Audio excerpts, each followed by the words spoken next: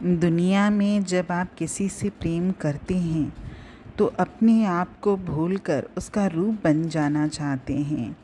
आप नहीं चाहते कि वह आपकी मर्ज़ी में रहे, बल्कि आप उसकी मर्ज़ी के मुताबिक रहना पसंद करते हैं। क्यों? क्योंकि आप उससे प्रेम करते हैं। आप हमेशा वही काम करना चाहते हैं जिससे वह खुश हो। आप कभी ऐसा काम नहीं करते जिससे वह नाराज़ हो।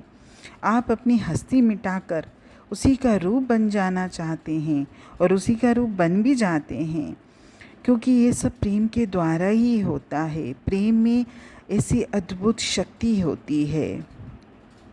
इसी तरह जैसे दुनिया में हम किसी से प्रेम कर रहे हैं तो हम उसका रूप बन जाना चाहते हैं, उसके हिसाब से चलना चाहते हैं। तो अगर हम परमपिता परमात्मा से प्रेम करेंगे, उसकी भक्ति करेंगे, तो हम अपने आप को मिटा देते हैं।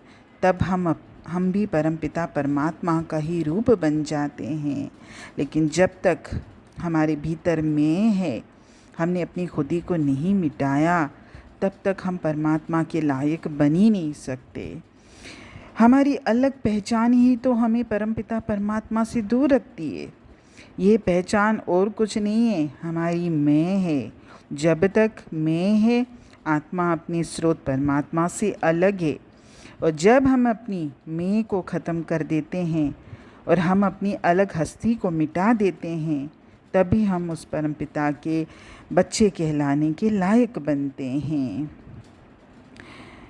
एक बुद्धिमान इंसान के लिए तो अपनी मैं को छोड़ना बहुत मुश्किल है, क्योंकि जिसके पास ज़्यादा बुद्धि होती है वो तो वैसे भी अपने आप को शहंशाह मानता है, और वो ये मानता है कि मैंने अपने आप को इतना ऊंचा बनाने के लिए, इतना बुद्धिमान बनाने के लिए कितनी सारी मेहनत करी है, और आज मैं अपनी हस्ती को कैसे मिटाऊं। और जब तक आप अपनी इस मैं वाली हस्ती को नहीं मिटाओगे, तब तक आप परमपिता परमात्मा से सही अर्थों में प्रेम कर ही नहीं सकते हो।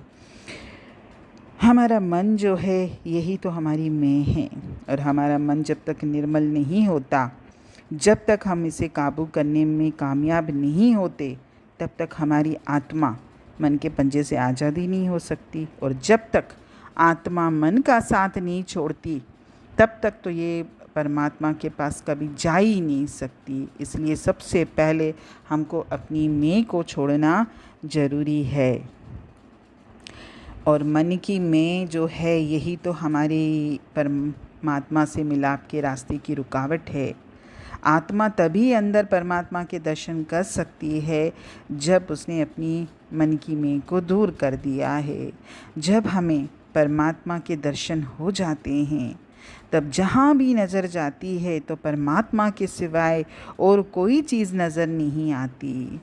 हम जितने ज़्यादा परमात्मा के नज़दीक होते हैं, उतने ही आपस में एक दूसरे के नज़दीक होते हैं, और जितने परमात्मा से दूर होते हैं, उतने अपने आप को एक दूसरे से दूर पाते हैं। और ये तो आप जीवन में प्रत्यक्ष देख भी लीजिए कि आज हर व्यक्ति, देखने में तो लगता है कि सब एक दूसरे के करीब रह रहे हैं, सब एक दूसरे से बात कर रहे हैं, या दिखावटी जो भी है प्रेम दिखा रहे हैं, लेकिन वास्तविकता में सब दिल से तो एक दूसरे से बहुत दूर हैं।